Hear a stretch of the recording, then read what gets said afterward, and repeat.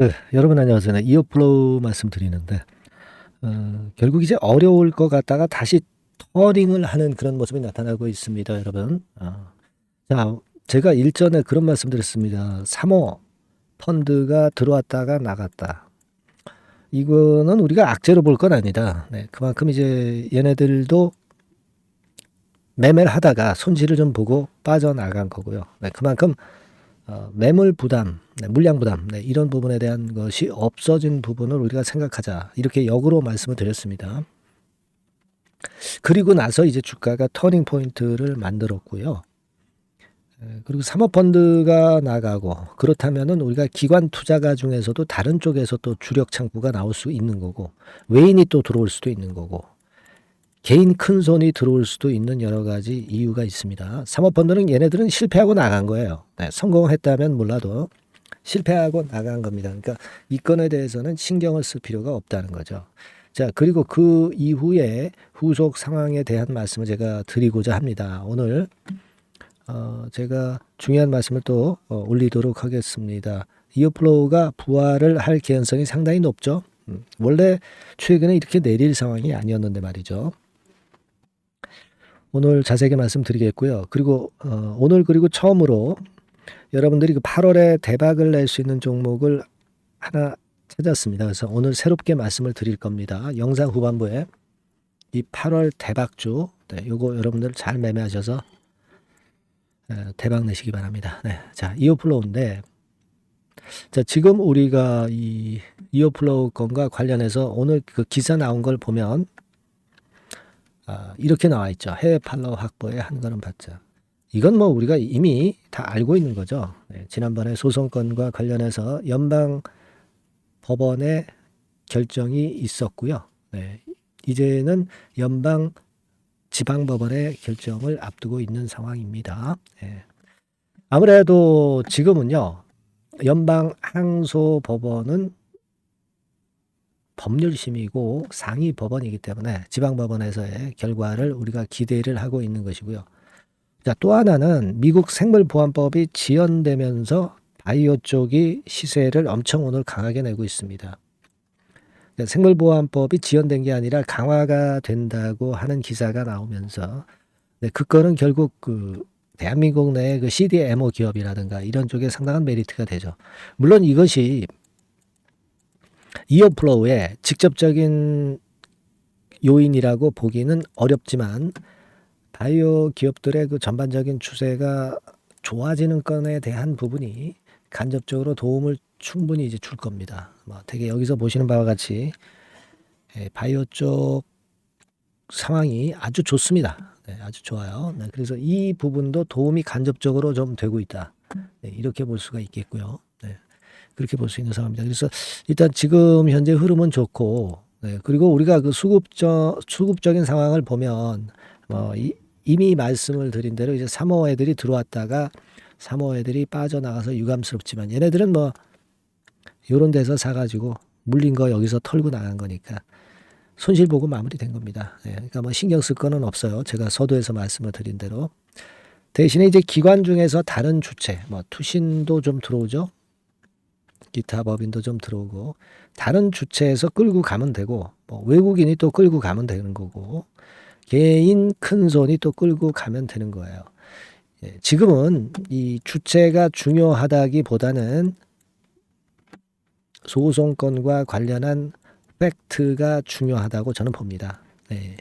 이것에 따라서 수급이 따라가는 거죠. 수급에서 지금은 일단 좀 소강 상태입니다만은 그 부분을 너무 의식할 필요가 없다 이거예요.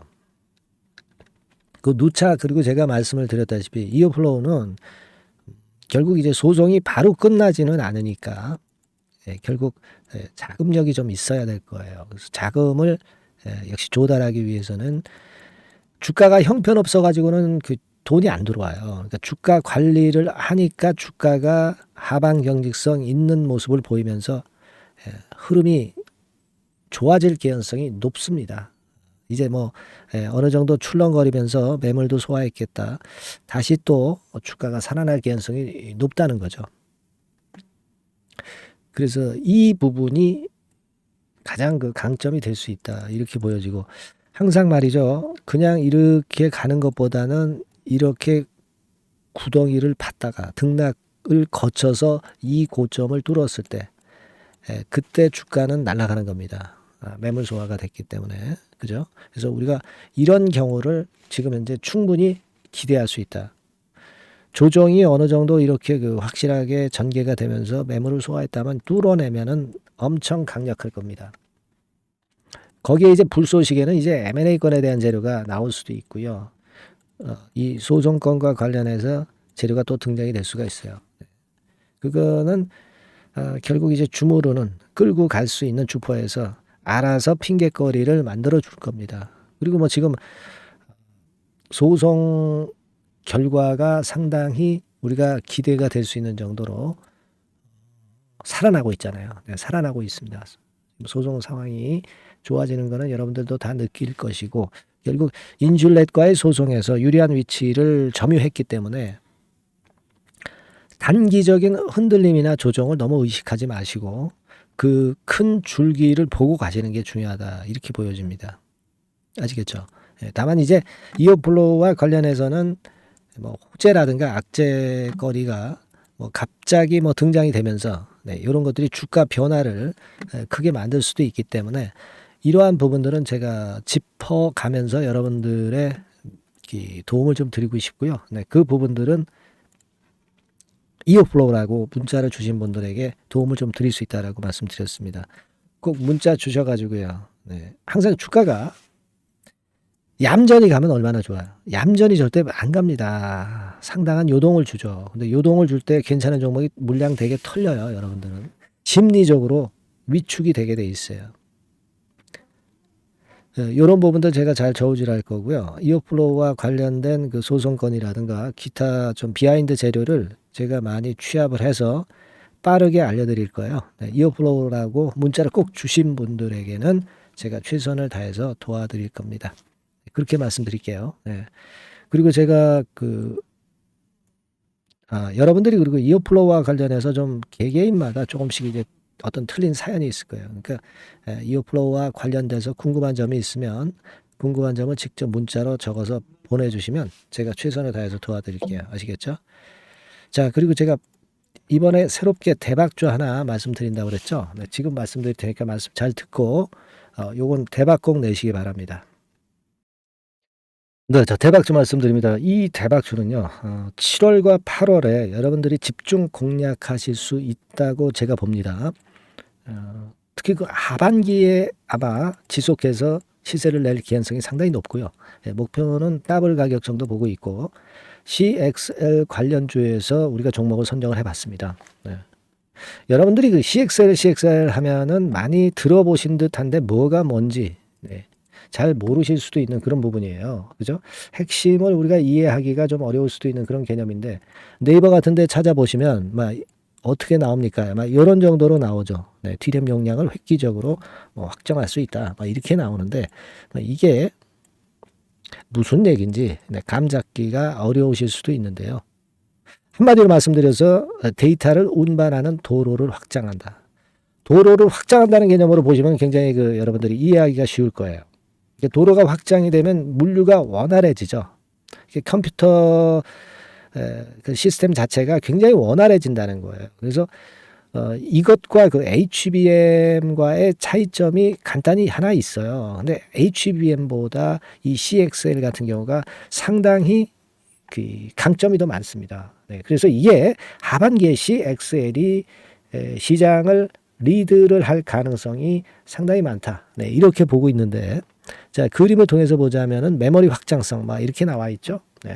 하지만 이런 그림보다는 아까 말씀을 드린 대로 도로가 확장이 된다. 아마 요 정도로만 이해하시면 되는데, 그만큼 이 측면에 이 CXL 섹터에 현재 칼을 갈고 있는 것이 어딘가 하면은 삼성전자에서 칼을 갈고 있어요. 삼성전자가 손대면 난리 나죠, 여러분. 이 부분이 아마 하반기에 핵심이 될 가능성이 높아요. 이게요, 성장률이 엄청납니다. 유리기판이나 온 디바이스 대비해서 성장률이 엄청나게 좋아요.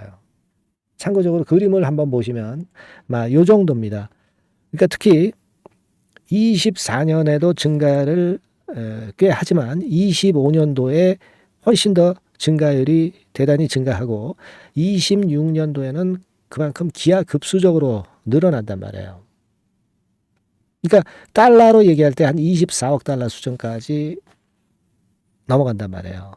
이 원화로 환산을 하면은 뭐 어마어마하죠. 그죠? 공세계 더 붙여야 되잖아요.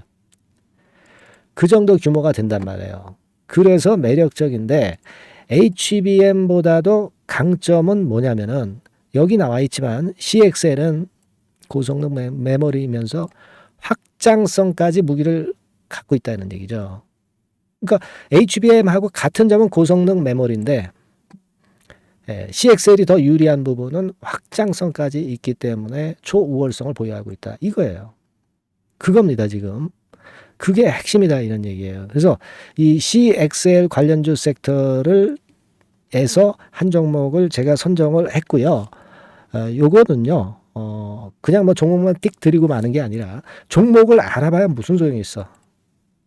정확한 매수 타임, 분할 매수 타임이라든가 또는 뭐 분할 매도도 있을 수 있고 비중 조정도 필요하고 이 매수부터 매도까지 타임을 제가 정해서 계속 케어를 해 나갈 거예요, 여러분들. 네. 아시겠죠? 그러니까 요번에 요거 CXL 관련주를 좀 잡으셔서 하반기에 한번 크게 대박 좀 한번 내봤으면 좋겠습니다. 그래서 요거 원하시는 분들은 간단합니다. 그냥 대박 이렇게 문자를 주시면 제가 최선을 다해서 끝까지 케어해서 더블 이상의 가격으로 제가 보답을 드리도록 할게요. 아시겠죠? 요번에 이 대여를 한번 잡아봅시다. 대박 이렇게 문자를 꼭 주세요. 감사합니다.